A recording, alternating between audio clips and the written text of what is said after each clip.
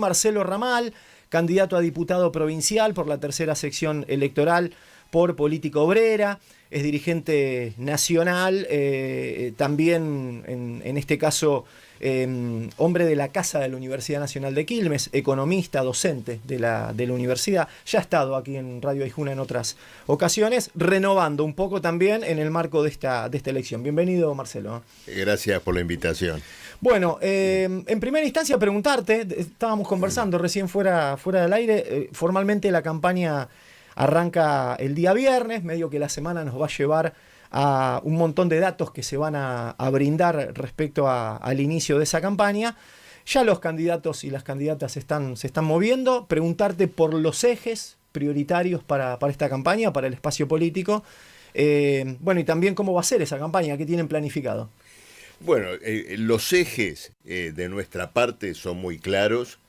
Vamos a hacer una campaña concentrada en la agenda del salario, las jubilaciones, el derecho al trabajo, en un momento en el cual estas reivindicaciones fundamentales están claramente amenazadas.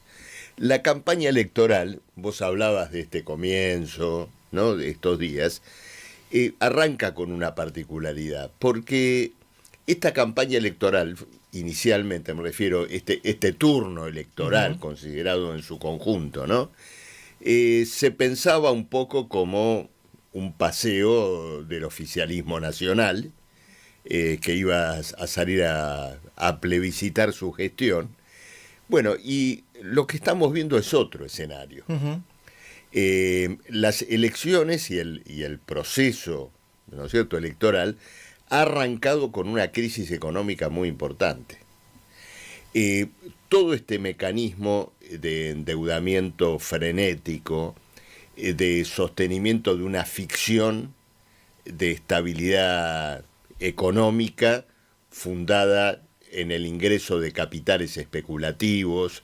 Bueno, este proceso ha llegado a un final, a una situación de agotamiento.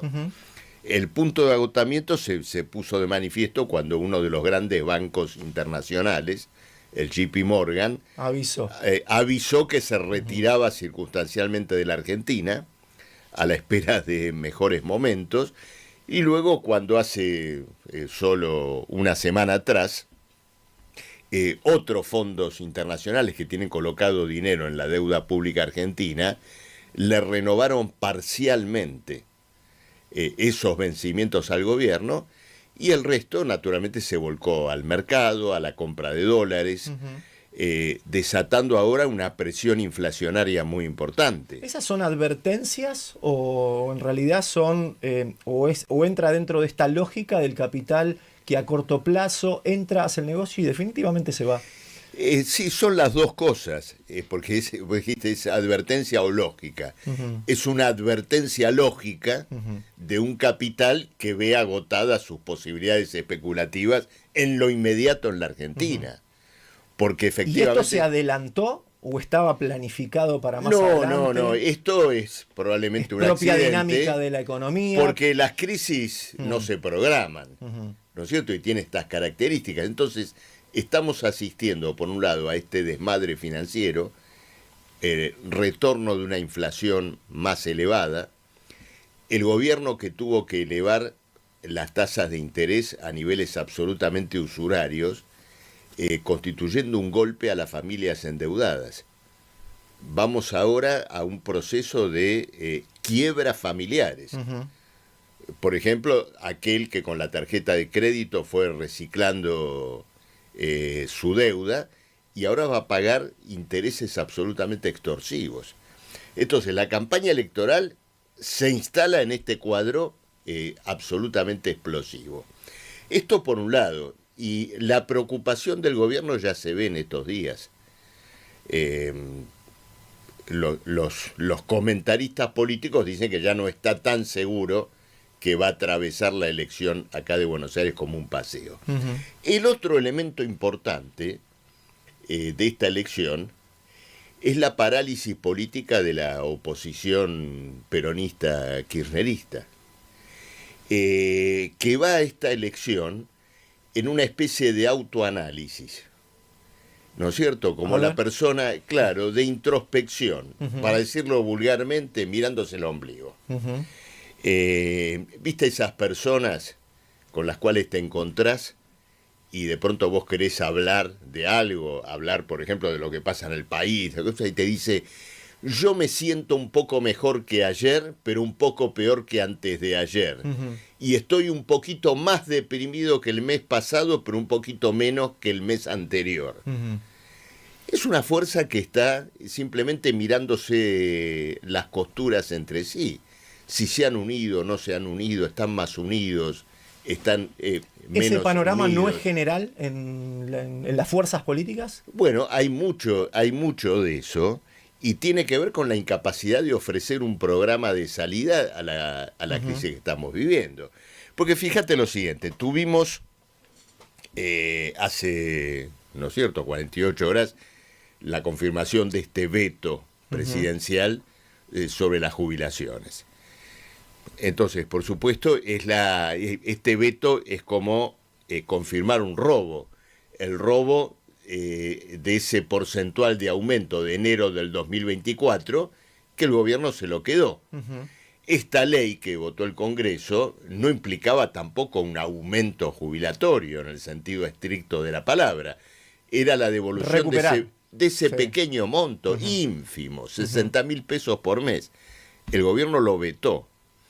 Con ese veto buscó darle una señal a estos fondos internacionales que están en duda. Ujú. Fíjate que esta situación de crisis que estábamos analizando antes, desconfianza de los socios financieros de Milei y de Caputo, acentúa la motosierra, Ujú. porque el gobierno necesita mostrarle y darle nuevas señales al capital financiero de que va a ir hasta el final contra los trabajadores, contra los jubilados y demás. ¿Haces Ahora, prioridad en eso? Te interrumpo porque Sí, sí. es muy interesante esto que estás planteando, porque algunos también hacen la lectura que con los dos vetos que eligió el presidente, también lo usa como herramienta para extorsionar a los gobernadores. Primero ver en qué posicionamiento van a tomar los gobernadores y sus representados Sí, también, sí.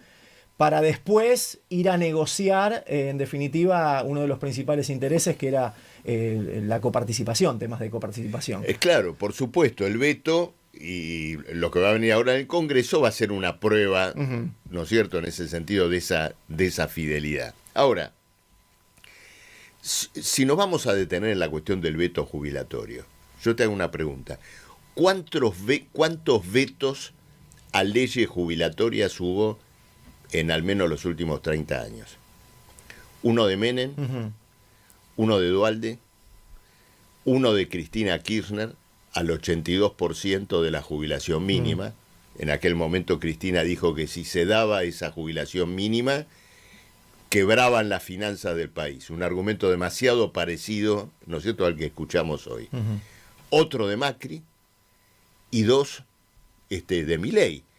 Es decir, la política argentina es una política de vetadores seriales de leyes jubilatorias. Entonces vos ves ahí un hilo conductor que ayuda a entender por qué, frente a este cuadro, ¿no es cierto?, que vemos del gobierno de ataques permanentes a los trabajadores, no aparece ni emerge un planteo alternativo.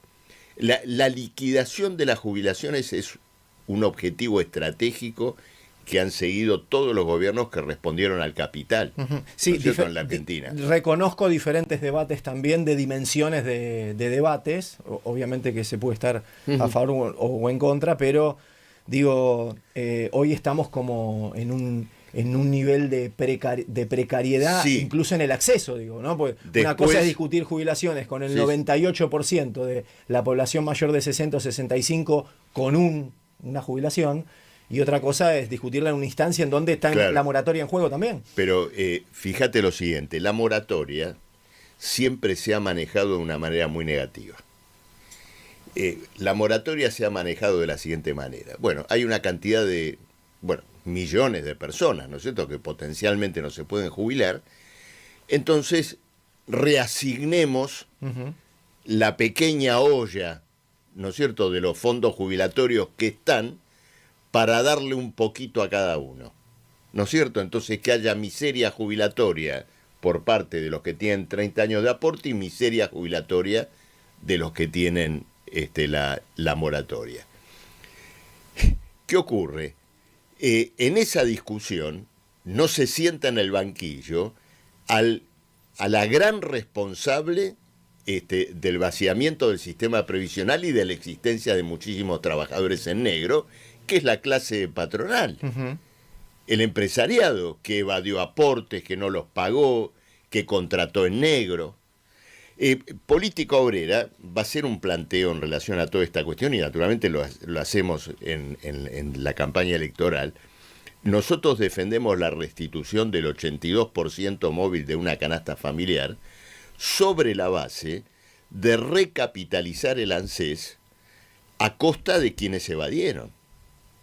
Por ejemplo, a través de un impuesto extraordinario. Uh-huh. Naturalmente luego terminando con la hipoteca usuraria de la deuda, que además es la que se ha consumido los fondos jubilatorios, porque las 2/3 partes del fondo de garantía del ANSES actualmente están colocadas en títulos de la deuda pública y por lo tanto sometida, ¿no es cierto?, a la posibilidad de una pulverización de valor en caso de un default, ¿no es cierto?, o situaciones de este esos tipo. Fondos deberían estar atados a procesos más productivos, digamos.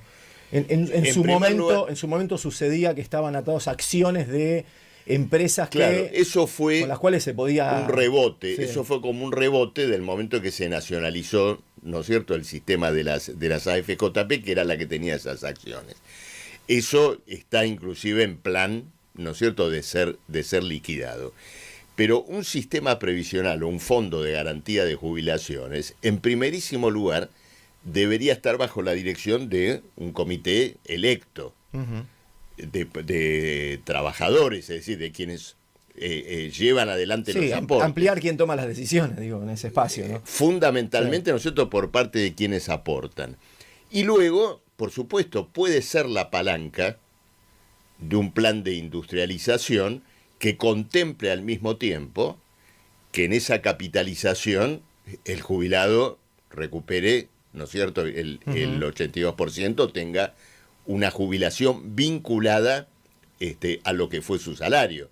Nosotros no tenemos el planteo ingenuo de que un fondo previsional es un dinero que está encerrado en un cofre, en una cajita. Una cajita de cristal. ¿No es cierto? Y se va sacando. Y todos los meses la saco y me la dan, ¿no? No es eso. No es eso claro. Puede ser una palanca de desenvolvimiento económico, pero bajo otras condiciones. En principio rompiendo con lo que significa la carga de la deuda pública.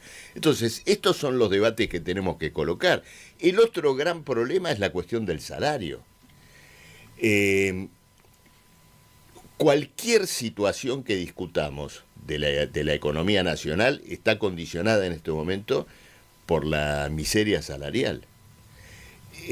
Se habla, y con toda razón, de la cuestión del desempleo, del subempleo, uh-huh, de las personas, digamos, que no pueden tener un puesto de trabajo, pero en la Argentina estamos viviendo como contrapartida de eso el sobreempleo. ¿Por qué? Porque aquel que trabaja 8 horas, que tiene un puesto de trabajo formal y todo lo demás, tiene que hacer otro trabajo, tiene que subirse a una aplicación uh-huh, de vehículos de alquiler el fin de semana para poder reunir los recursos que necesita. Bueno, los colectiveros lo están haciendo, que laburan 6 horas por ley, pero cuando salen se vuelven a la casa y agarran el auto. Sí, agarran otra, hacen otro laburo. Entonces estamos viviendo una situación de sobreexplotación, de sobreempleo, que condiciona absolutamente toda la vida social. Lo mismo ocurre con el sistema de salud, porque el sistema de salud está globalmente quebrado porque las cápitas vinculadas también al nivel de los salarios se han pulverizado en términos de valor. Entonces, esta es una cuestión que debería ser colocado. Por ejemplo, la legislatura bonaerense debería discutir el salario de los trabajadores de la salud, de los maestros, de otros estamentos, uh-huh, ¿no es cierto?, de la administración. ¿Por qué? porque si el maestro, como reclaman muchísimos docentes, recupera la canasta familiar en una jornada simple, si el trabajador de la salud recupera la canasta familiar en una jornada acorde, bueno, eso haría del Estado de la provincia algo así como el mascarón de proa de un replanteo salarial en el conjunto de la provincia. Nosotros vamos a llevar a la legislatura ese debate. Y es una de las cuestiones, ¿no es cierto?, que colocamos en la campaña. Luego hay un gran problema, que es la cuestión del suelo del conurbano, la vivienda, la condición habitacional, porque el conurbano ha sido objeto de un proceso de polarización social absolutamente extraordinario en los últimos al menos 20 años, que se va acentuando. El terreno disponible de la provincia de Buenos Aires se ha convertido en pasto del proceso inmobiliario de los barrios privados. En cualquier barrio privado, la relación entre núcleo familiar o persona y el uso del suelo quintuplica a la del resto de la provincia de Buenos Aires. Entonces, claro, por un lado hay una construcción privada que florece, que tiene crédito bancario, pero los gobiernos no construyen nada. No hay, bajo ningún punto de vista, ese mismo impulso para desarrollar barrios de trabajadores, desenvolver la posibilidad de que los barrios que ya existan tengan urbanización, cloacas, agua potable. Y esto está asociado al problema del empleo. Porque si la provincia de Buenos Aires, por un lado se lanza un intenso plan de urbanización, cloacas, hay municipios y zonas de la provincia de Buenos Aires que tienen 10 o 15% de casas con agua potable, y el resto no. Entonces, un plan intenso en este sentido, al mismo tiempo, sería la palanca para que los 400.000 desocupados de la provincia de Buenos Aires, una parte importante de ellos, acceda a un puesto de trabajo. Un puesto de laburo, claro. ¿No es cierto? Diverso. Entonces, aparte, ¿no? Porque sabemos que supuesto, la construcción tiene como... Muchísimo, y eso naturalmente arrastra, ¿no es cierto?, a otras actividades. Eso transformaría la cara de la provincia y terminaría con algo que está ocurriendo en la provincia. En cualquier momento vamos a tener un muro, no sé si real, invisible o no, pero el muro entre los que viven en un barrio privado y los que viven, ¿no es cierto?, en el resto de la población. En los barrios privados hay... Los muros ya existen. Sí. Claro. En los barrios privados inclusive hay gente de clase media o asalariados que con mucho esfuerzo han comprado un lote. Ellos no son muchas veces los agentes de este proceso de polarización social. Sí, naturalmente, los grupos inmobiliarios que están alrededor de esto y los municipios que orientan la inversión pública para facilitar el acceso, el transporte, digamos, y todo lo que tiene que ver con el barrio privado, a expensas de lo que tiene que ser una urbanización para la mayoría de la población trabajadora que vive en la provincia de Buenos Aires. Yo te pregunto si la fuerza patria está colocando estos debates en la consideración de la campaña electoral. Yo creo que no. A lo que estamos asistiendo es a este juego de mírame a mí, te miro a vos, estás con este, estás con el otro, estás unido o me estás moviendo el piso por abajo.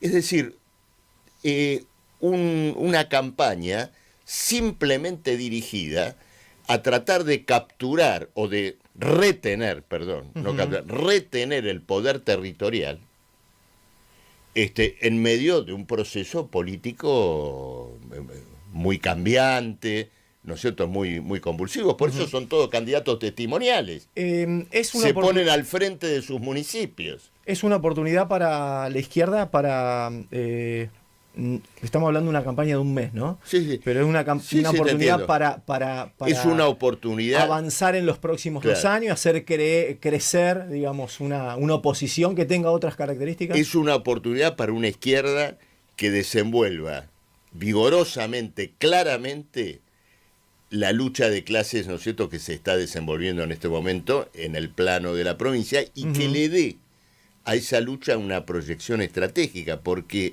no podemos considerar el cuadro político nacional sin entender que el mundo asiste a una guerra. Bien.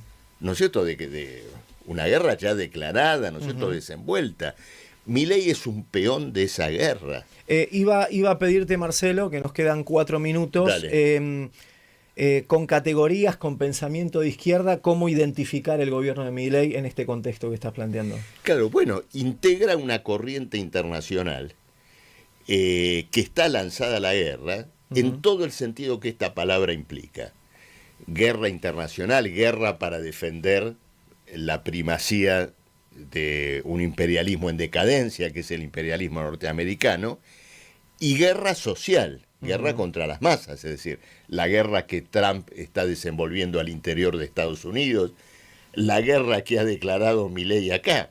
Fíjate que ayer dijo, mientras no haya cadáveres en la calle, esto puede seguir, es decir, una clase trabajadora puede aguantar privaciones y ajustes en un larguísimo trecho. Esto es una declaración de guerra interior. Y a esta declaración de guerra, indudablemente que hay que oponerle una salida estratégica que tiene que ver, ya no solo tercera sección, provincia de Buenos Aires, de Argentina, sino la humanidad entera.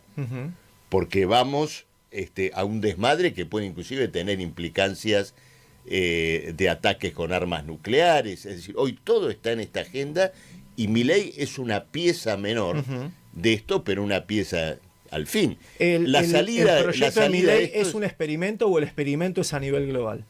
No, es a nivel global y más que experimento, yo te diría, ¿no es cierto?, para pensarlo intercambiando ideas, porque por supuesto todo esto uno lo va elaborando a través de estos diálogos.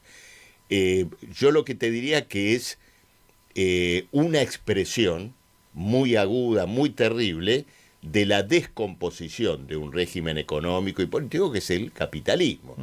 Por eso nuestro lema de campaña, cuando decimos votemos un programa y candidatos socialistas, es oponerle el socialismo como perspectiva histórica a esta gran crisis, ¿no es cierto? Entonces, en un concierto político complejo, incluso donde hay también varias listas de izquierda, no importa acá cuáles, que el oyente, ¿no es cierto?, el ciudadano, el trabajador, trate de ver dónde, en qué lugar político, estos problemas, estas salidas se desenvuelven con claridad, con vigor, con firmeza, dejando de lado el oportunismo electoral para dar lugar a una perspectiva estratégica. Marcelo Ramal con nosotros, candidato a diputado provincial por la tercera sección electoral, política obrera, será el espacio el cual va a ser referencia. Dejamos abierta la invitación, Marcelo, queda un poquito más de un mes de campaña. Perfecto. Por un regreso, quizás también con referencia del candidato local. Cómo no, y 30 segundos nada más para hacer un aviso que ni siquiera nos involucra en particular a nosotros. El sábado se va a hacer una manifestación muy importante para denunciar el genocidio en Gaza. Esta marcha, digamos, nosotros hemos colocado con mucha fuerza la consigna de que el Congreso argentino resuelva la ruptura de relaciones diplomáticas con el Estado de Israel, algo que ya ha ocurrido, ¿no es cierto?, por varios estados inclusive de la región. Milei es absurdo ni siquiera reclamárselo porque no lo va a hacer, pero el Congreso tiene la potestad de hacerlo. Y, bueno, invitar a todos a esta marcha que va a salir a las 14:30 desde AISA. ¿Por qué AISA? Porque es una de las empresas que podría ser adquirida, israelí, ¿no es cierto?, por el grupo israelí Mekorot, que ha hecho del agua en la propia Palestina un arma de guerra, ¿no es cierto?, terrible, brutal. Entonces se parte de allá, se va a Plaza de Mayo, y bueno, acá invito a todos los ciudadanos, ¿cierto?, a participar de esa movilización. Bien.